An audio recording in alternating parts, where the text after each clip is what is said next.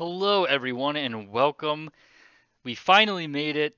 This is the big lesson, probably one of the most important lessons, but just because it's the most important, if you don't get it right away, don't just rewatch this episode or this video. Try to wait one more because the next video is going to be a full review of everything we've done so far. There's a practice, there's an exercise that I found online that I think would be really good for us to kind of do together, right? So I can explain things as we go along. You can give it a shot, obviously, if you want on your own. But today we're going to learn about classes, or in this lesson, we're going to learn about classes.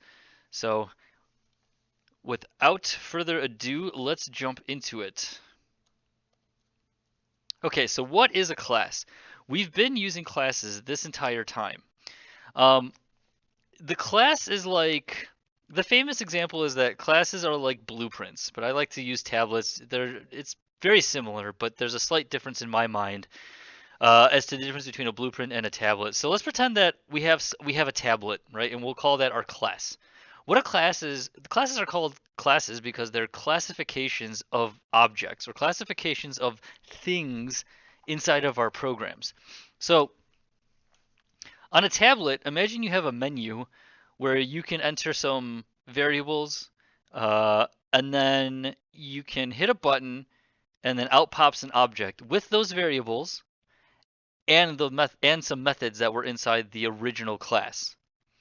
There's a bunch that goes on in that, and there's a lot to understand about the differentiation between what it creates and what it doesn't. So let's say that you create a car, right? You have a tablet that creates cars. You enter a color of a car, you enter how many wheels it has, right? Because maybe it's like a motorcycle, so it has two wheels, or maybe it's a regular car with four wheels, or maybe the doors, right? Two doors, four door, no doors because it's a convertible with no doors and it's the dumbest car ever made, but you can do it. You can do whatever you want. So you input all these parameters. There's already some functions, methods built into the class, and when you hit this button on the bottom corner or wherever it is, when you hit the button, a car with that many doors, that many wheels, and that color magically appears in front of you. That's what a class is. So the car that's created is called an instance of the class because the class is just an outline of what a car is, right? But it's just a tablet. It's just a paper. It's just a blueprint, an outline. It's not a car itself. It doesn't have wheels. It doesn't have a door. It doesn't have any of the functionality that a car has. So that's kind of our distinction here. But do keep in mind that classes are also objects. So the class is an object, which means it's a reference type variable that has variables that has variables inside of it and functions and methods and this and that. And the car is also obviously an object. Okay, so bear with me. I'm just going over all this stuff as like you need to know this before I talk about it, but I'm going to draw this all out and we're going to go step by step and kind of connecting everything, connecting the dots. But it might be confusing if you just kind of skip past this. So let me just take a second to connect the analogy here. So a class in like any is like the tablet. Oh, actually, I already explained this one. I can skip this. So a class is basically made up of three parts. We've seen them already, except for one of these we haven't seen yet. We've seen classes like our, when we do public class something, and we've seen some variables put at the class level when we talked about the methods, but we're going to do that again. And we've seen methods. We know how to make methods, lists of methods inside of a class. But now today, what we're going to do is we're going to review variables at the class level, right? How to make them outside of the main method or any method, and then we're going to learn a new concept about called constructors. Constructors are like methods, but they have a very specific function or purpose, I should say. Okay, so the keyword is static. Now let's think back for just a second when we had the tablet example. You don't have to look at the screen. Don't look at the screen. In fact, close your eyes and imagine that you're back at the tablet, and every time you hit the red button, a variable inside the tablet counts up. Because every time you hit the button, a car is created, and the counter for how many cars were created goes up. There's no reason for a car to have that number, but there is reason for the tablet to have numbers. That number. That number, because it's inside the class but does not get put into the car when it's created, is called a static variable. There are static variables and static methods. So this entire time when we said main public static void main string args for the main method, that means that it belongs to the class and does not get put into an object when we create it. I'll show you exactly what that means in a minute too, if you don't get it yet. Variables, as we saw in the methods example, can be placed at the class level. Up until this point, for the most part, we've been putting them inside of methods, but you can actually put them outside of a method, but keep them inside of a class, right? So why? Because this way you can give a single variable or make a single variable accessible through multiple methods or functions or something else. By the way, functional code, meaning like equations, method calls, uh, basically anything has to be inside of a method. You can't just have code sitting inside of the class, right? The most you can do is like int a equals 0. That's all you can do. You can't just do int a equals 0 and then on the next line do a times b equals c plus 392. I don't know, whatever. You can't do arithmetic or functions or anything like that. You have to put functional lines or lines with function and form inside of a method. And methods. We are familiar with methods, but when we create methods, it belongs to the class. All of our methods have been static so far, and there's a reason for that. It's because we haven't been making objects up until this point. Today we're going to make our first objects. Okay, so constructors are new to us. Constructors look like methods, except there's three things that are going to help us identify a method, or I'm sorry, a constructor from a method. One, the name of the constructor must match the name of the class. So that's the first thing to note. Can you have a method that is named the same as the class? Yes, but it's very poor practice. Unless you know exactly what you're doing or have a specific reason to do so, it's not very common to name a method the same as the class. There is no return type because it's implied. The point of a constructor is that when you call it, right, I'm going to show you how to call a constructor. When you call the constructor, the thing that comes out of it, instead of returning an integer or a string or a double or another object, it will return an object, but a specific object of the type that was called. So that's a very confusing sentence. Let me restate that. If I have a class called car and I call the car's constructor, when it's done executing the constructor, it'll throw a car object into memory. It has to be of that type. That's the variable type is the class. The class is the variable type, kind of. It's like a variable type with functions and values. And yes, you can overload constructors. In fact, that is something that we are going to cover today. Constructor overloading and constructor chaining. Okay, so I made this video like 3 or 4 times, and I'm going to sort of do this, but we're not going to do this all at once. Let's start by just follow along. I want to show you how to just call a constructor. We'll start there.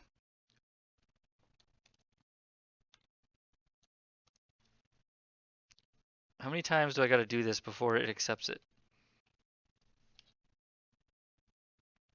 Okay. So first, make a new project, and we'll call it class example. Capitalize it, why not? All right, I want you to make a new class. I just want you to call it main. The main class is where we're going to have our main method, and that's it. So this is where we're going to be controlling everything, but it's not going to be doing anything other than like starting and calling commands and stuff like that.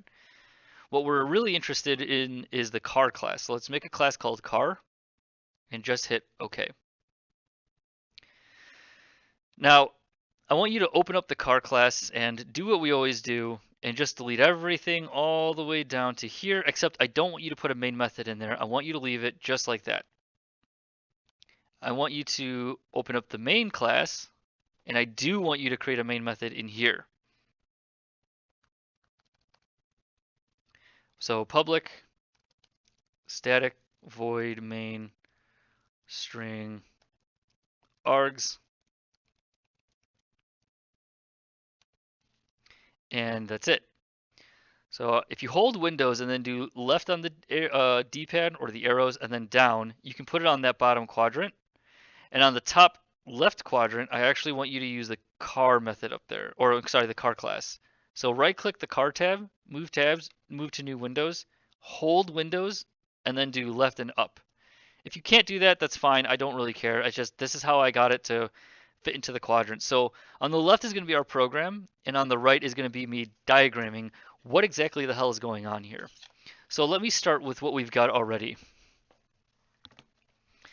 So let's start with the fact that we have, whoa, I forgot that I'm super zoomed in. So let me see if I can turn down my thickness. Okay. Oops. All right, so let's say we have, God, I have the worst drawing hands ever. All right, we have the main class. I'll call it main. And we have the car class.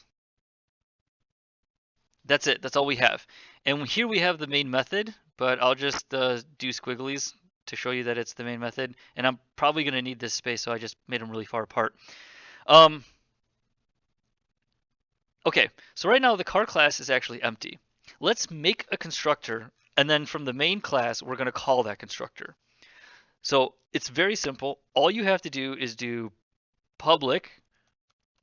And yes, it has access modifiers because it does not have to be public. You can have private and protected constructors, which means, remember, that in the future, when we get to it, it could be private, meaning that nothing else can call it except for this, which there are very few reasons, but it is possible to do that. There are reasons to do that. Or you can have it protected, which means that only things within this package can use it. But typically, constructors are public. Now, there's no return type, like I said, and they're non-static, so you don't put static in there, but it has to be the same name as the class. So that is technically our first constructor. Now, in the main, this is kind of strange. Now, the car constructor, what it does is it creates a new car object, throws it into memory, and then throws the pointer into some sort of container, right? So just like we've always done with like the strings or anything else, we need to make a car object. So like any variable, we're going to make an object called car, and we'll call it my car, right? Just like any other variable. So we have our variable type and the variable name. We're going to set it equal to, now here's the weird thing. We got to do new, which we've seen before, but we didn't know what it meant. And then we call car, and that's it. So what is this word new? Why do we need it? If we don't have it, Java's going to go, I don't know where that method is. Because there could be a method called car inside the main class that returns a car object, but it doesn't exist. There's nothing in here. So by using the word new, we're telling Java we're going to create a new object, right? So it says, okay, then the next thing you give me must be a class, a constructor actually. And that's exactly what this is. This is not referring to this, just this. It's actually pointing directly to this.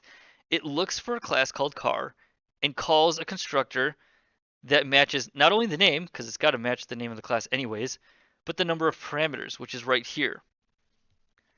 So I could have a second constructor with parameters, but if I called this one just like this with no parameters in it, it would still call this constructor right here.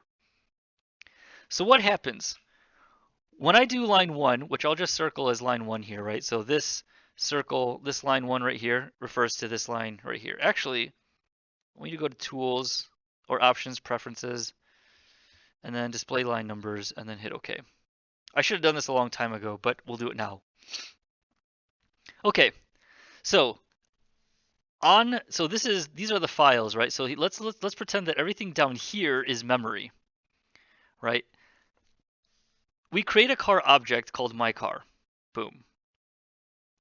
And we'll call it my car.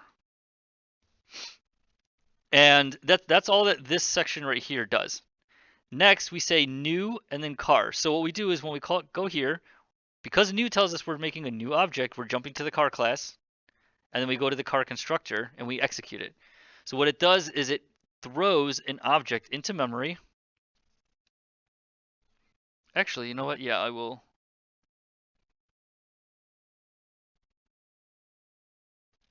Yeah, whatever. That's good enough. And it's called my car, right? And as the equal sign, as you know what the equal sign does, right? It throws the pointer into my car. So it throws the pointer that points to my car. Okay, but the thing is, my car is empty because car has a constructor, but the constructor doesn't go inside of it. Here's the car constructor. So the main class goes to the car constructor. The car constructor spits out a car object into memory and then throws the pointer into my car. And so this my car now points to this location in memory. That's it. But my car is completely empty at this point. Not even this is inside of it. Awesome. So let's see what the next thing. I have a little outline here. All right, so let's add a class variable. So right now, let's say we have public, and because it's a class variable, we have to have an accessor in front of it. Actually, you don't. If you don't, remember that it'll be protected, in Java at least. For other languages, the default might be private or public. I don't know. But you can Google that. So public string color equals black. Because my car is black, I like the color black for cars. Let's just have that. Now, this may not seem very interesting, but let's try just system. So how do I call that color, right? Well, in order to point to how do I put this? Okay, so let's back up time and run this program again. Right? We created the car, we go to the car constructor, the constructor spits out a car object. The difference is though, this time there's a string inside of there called color and it equals black.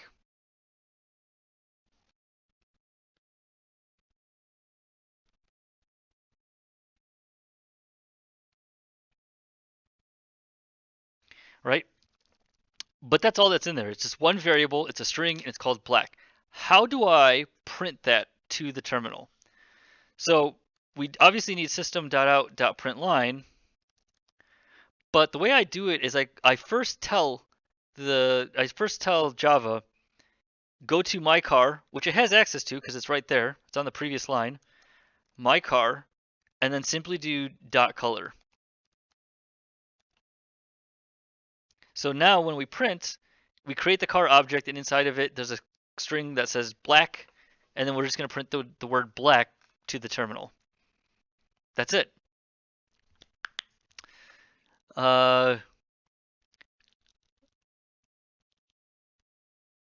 Okay, so you could also set the color to be something when you create the car, because it could be different every time, right? You may not want it to default to black and then change it later.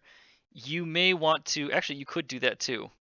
You could also do like my car dot color equals green, right? You could do that too, right? So you're just saying inside my object, there's a variable called this and set it equal to that.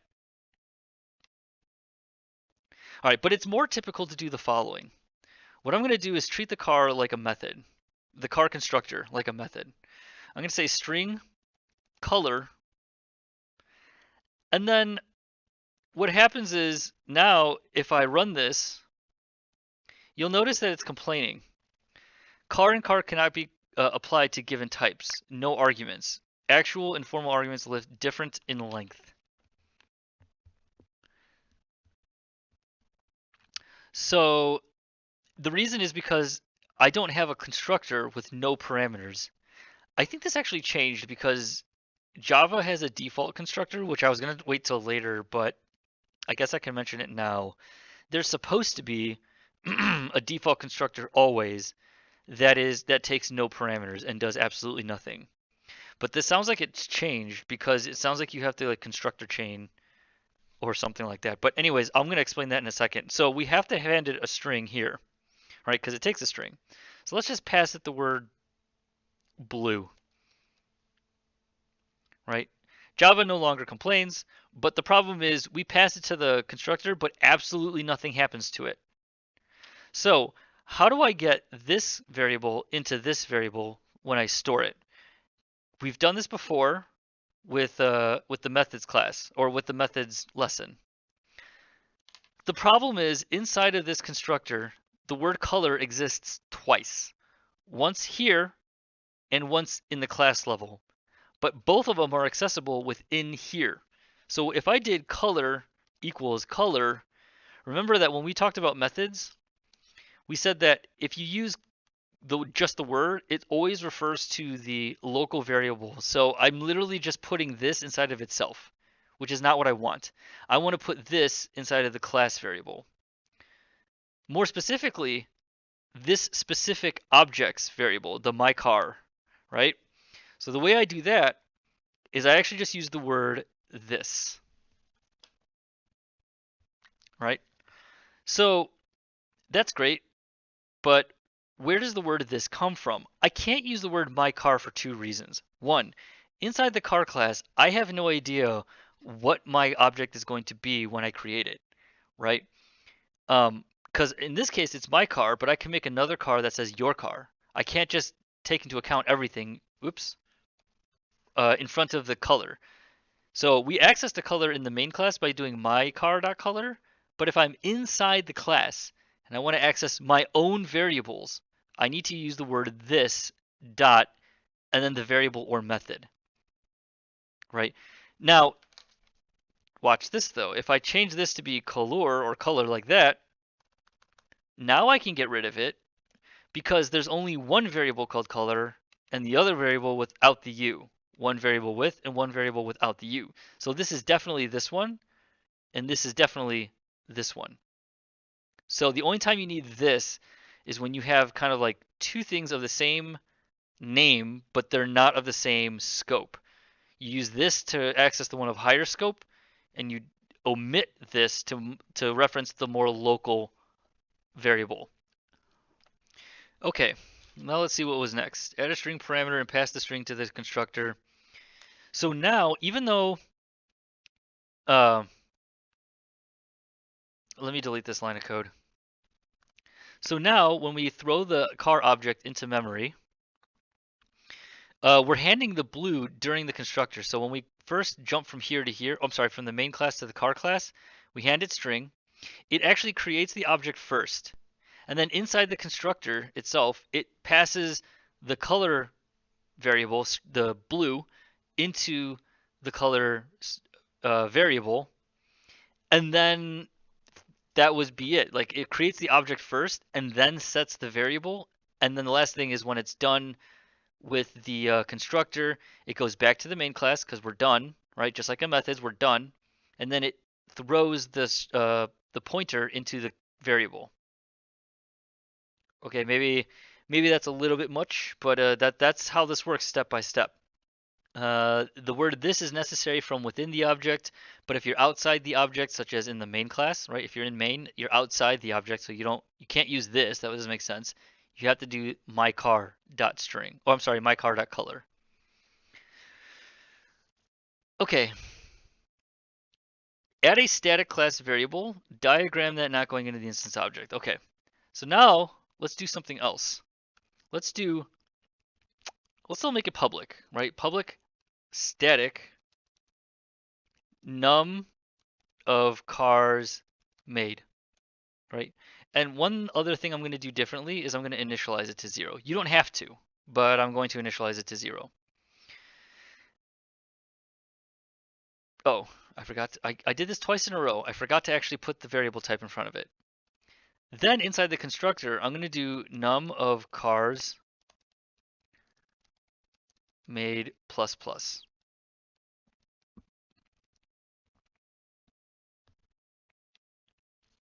Okay, so I do have a new variable here. However, this variable is static. That means when the constructor gets called, the car class spits out the car object, but there is no variable inside the car object that's called num of cars made. It exists only up here. So I'll just put the pound sign, oops. I'll just put the pound sign here to show number and then number of cars. So this static variable only exists in the car class. However, if I were to do something like my car, so actually before I get there, how do I access this? I can just print it and do uh, car, just like I do. So if I want to reference this object and something inside of it, I have to first type my car. If I want to reference something up here inside the class, I have to type the class, right? Class name is car. Car dot num of cars made. And then we can actually force it to something, but I don't. Yeah, we'll do that anyways. Plus plus.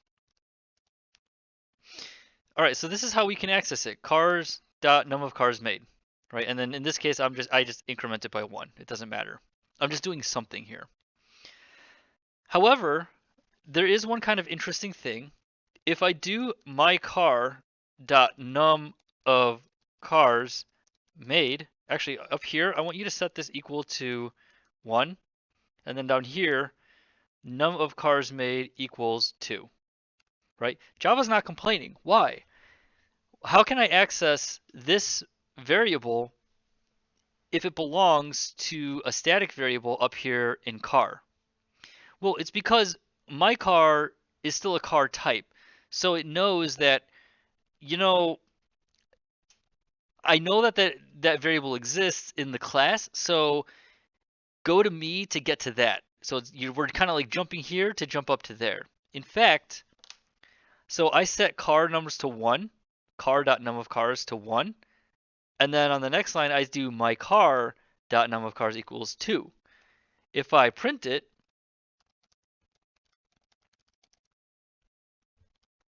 let's print my car.num of cars made, and then see what we get. I actually did this in the background, so it should just print out 2. Yeah, and it prints out 2. Right, just to show you it working, let's run it again. 2. So why? Remember that the static variable doesn't exist here, but we do have access to the static variables in the class through our instance objects. So if I do my car.num of cars made, we're going to the car object, but since it's a static variable, the my car object knows to throw me back to the car class and then change it there. So 2 ways of accessing the same thing. I am not sure though, what if we did private? I wonder if that would change anything. Can I still compile? No, because now I have no access to it. I can't get there from here. Actually, I can't get there at all. But that's okay. Let's keep it public. No regards of private access to the car. Oh, I have to compile this first and then compile this one.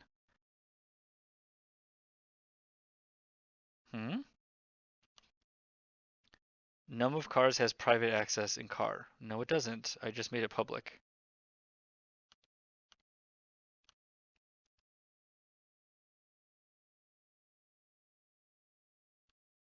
That was annoying.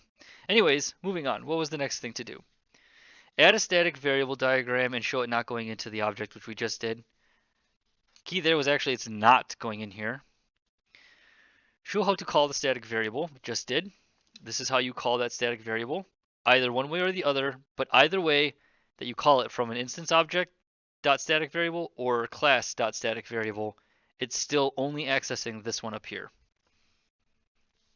which is all the way up here.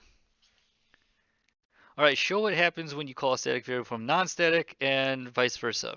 So I showed you, this is how you call a static variable from a non-static reference. If I try to go the other way, it won't work for semi-obvious reasons, but let's try it anyways. Let's do car.color, right?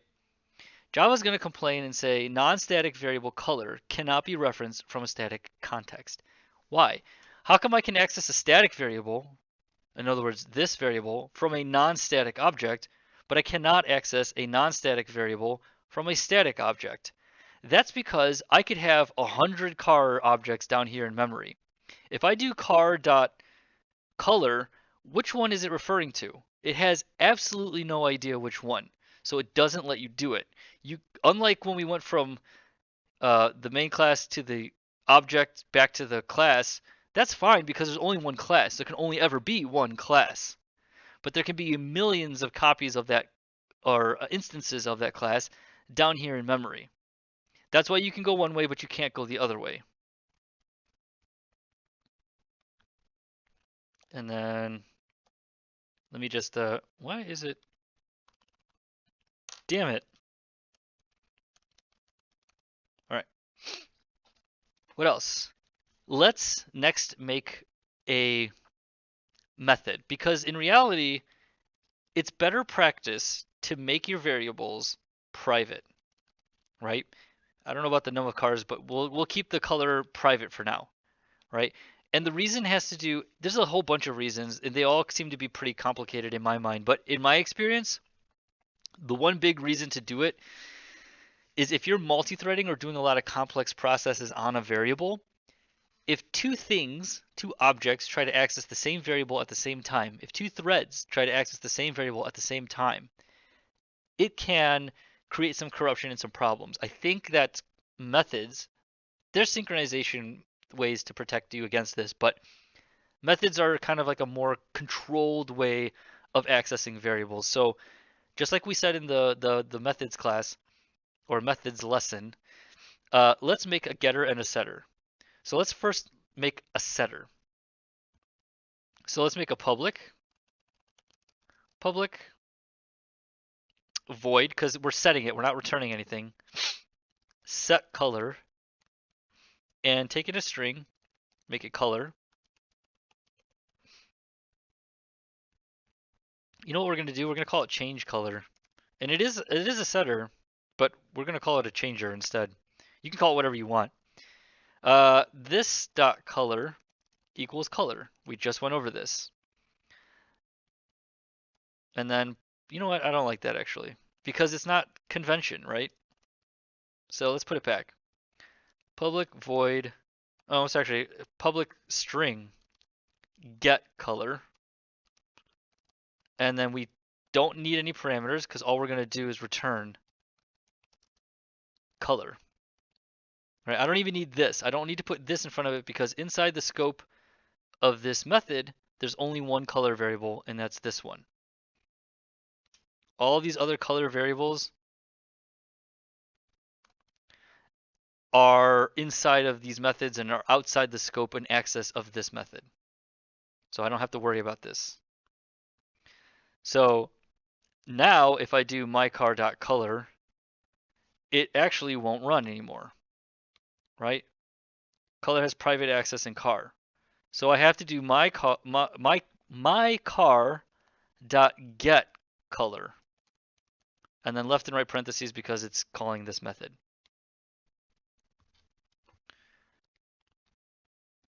The same thing is true for the static methods, by the way, with the static variables. So if I want to make a getter and setter, I don't need to make a getter for the number of cars made.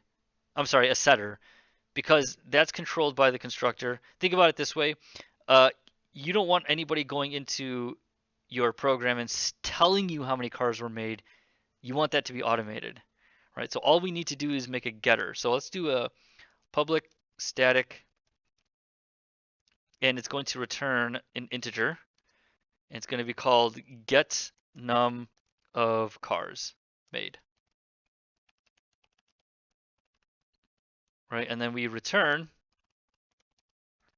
num of cars made. And then, you know,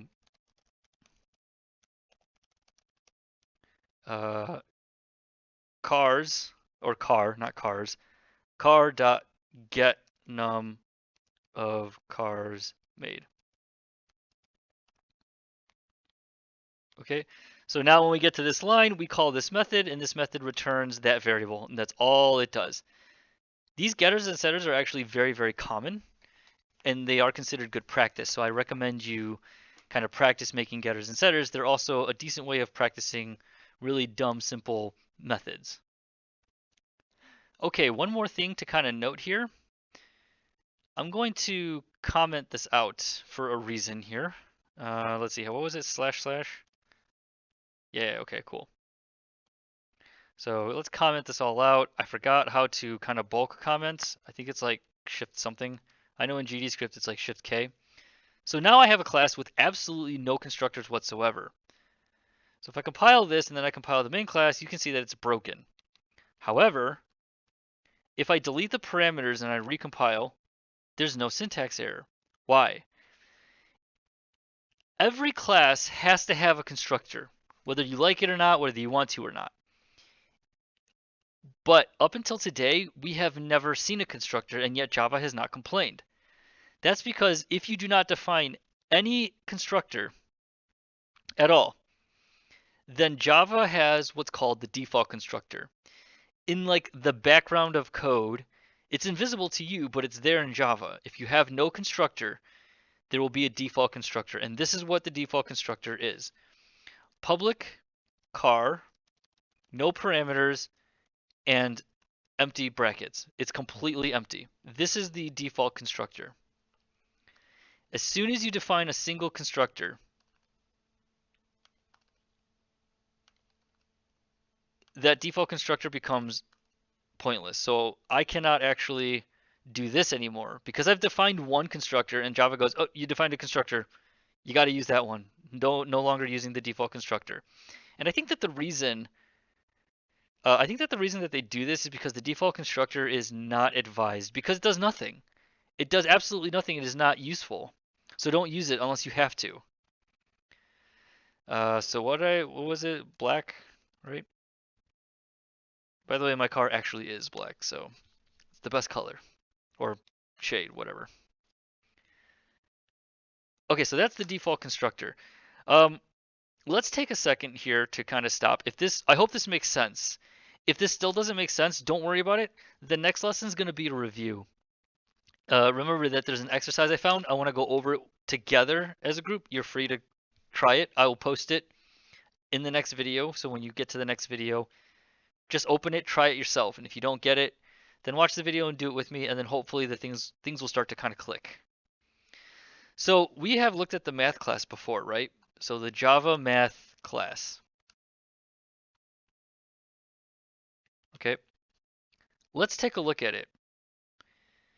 You'll notice that there are two fields, right, or variables, and these are variables at the class level. There might actually be more, but they're all private, right? These are the two public variables. So E is a public, it's static, which means it only belongs to the class. If you were to create a math object, it would not go in there. It's also final, which means it's a constant, so you cannot go into the math class and change its value. That's why they do constants like this, because you have access to the math class, but they don't want you changing it, right? Because they don't want you screwing it up. The value of E is what it is. The value of pi is what it is. So those are the two variables at the top. Now there's a bunch of methods, right? But you'll notice that every single method is static. That's strange, right? That's because whoever designed this decided that math class doesn't really need to have instance objects. That kind of doesn't make sense because the math is like, give me your numbers, I'll crank some math out, and then I'll return a value to you. You don't need objects to do that. So it's just a list of classes. I'm sorry, static methods. Duh, sorry. You'll also notice that there are no constructors in here. However, there is a default constructor still. If you were to do math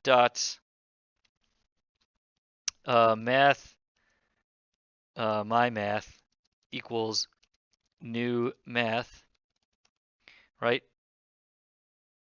Has private access in java.lang. Oh, I did not know that. So apparently there is a constructor inside the math class, but it's made private, which means that you can't use the default constructor or the utilized constructor, the one that they created. That's an interesting way of blocking the default constructor. If they didn't do that, you would be able to make a math object, but it would be completely empty and have absolutely no variables and absolutely no methods in it. Very useless.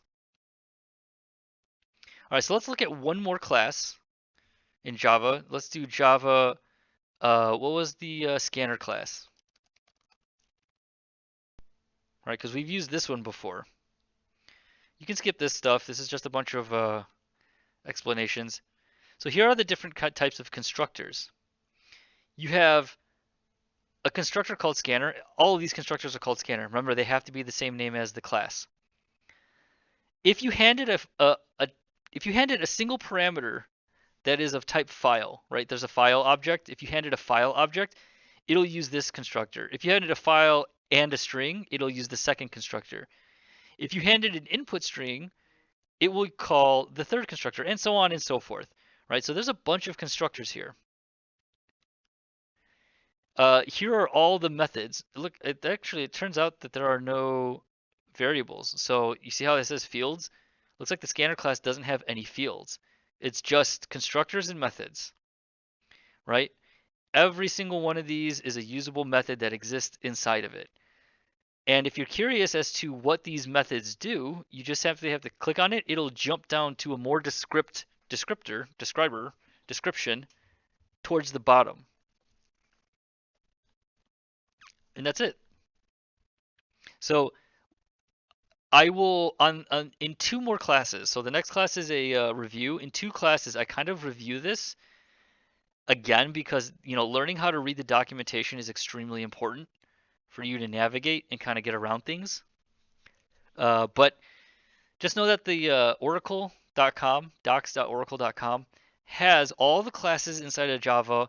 They list all the variables, all the constructors, all the methods.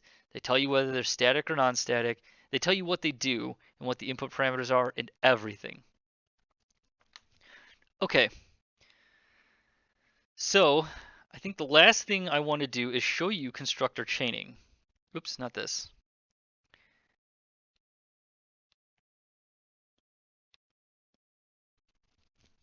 Let's take a look at the car class. Let's say that I still want to call a default constructor. I want to be able to do this. I want to be able to call this, right? But this default constructor no longer exists because, well, it doesn't have one. Cannot be applied in given types. There are no arguments. It doesn't know where that constructor exists. So what if I did this though? What you can do is you can write public car, make it with nothing, and then what you can also do is called this dot car. Actually, you don't have to do that. I'm sorry. It's this, and then you do black, right? So what the hell is this? So this is a way for me to call another constructor from within the same object without creating a second and new object, right? So if I call this, which if I compile it, run, it should run. Oh, I need to compile that first. Hold on. It's doing that thing again. There we go. Anyways, so in this line of code, I'm calling this constructor. And inside this constructor, I say this, and I pass it a single string. The only other constructor that exists like that, which you can only have one other constructor that exists like that, is this one. So I'm actually calling this constructor from this constructor. This is a good way of passing defaults to, or setting defaults. Like I don't care what my car color is going to be when I create it, right? My object's string variable. I don't care what that string variable is going to say. Just create a damn car. So it's going to go, okay, then I'm just going to set it to black. That's my default. And you can have as many constructors as you want. So yeah, that's called constructor chaining. This is just a very simple one because we're only going once. There are some cases where you can have like a car constructor with like 10 variables, and then another one with 9 variables, and then 8 and then 7, 6, 5, 4, 3, 2, 1, and then one with 0 variables, or parameters. Then if you use the one with 0 parameters, it calls the one above it, and then that one calls the one above that, and then that one calls the one above that, and that one calls the one above that, and it sets all these variables for you. As nice as this may seem, this is actually considered a huge pain in the ass. I really wish Java would change this because there is a much more convenient way of setting defaults in other languages that I'll cover in 2 lessons. But since we're starting slow, I don't want you to think too much into it. Just know that you can call constructors from a constructor by using the word this. Remember that the parameters you pass will determine which other constructor, if I had more, you're calling. Right? Learning how other languages do it is a little bit different. Let's take it one step at a time. I hope this makes sense. If you want to make one more object down here, you can do car, your car, and then kind of mess around with like setting 2 strings between, my car and your car, creating new variables and methods,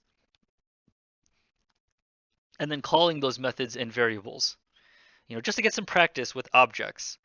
So this doesn't seem very functional or very useful. I promise you though that this is where things are going to start getting interesting. Okay, I'm really excited for the next lesson. I hope that it really kind of ties things together. So if you're ready to just kind of take a break, and then when you're ready, move on to the next lesson. All right, I'll see you there.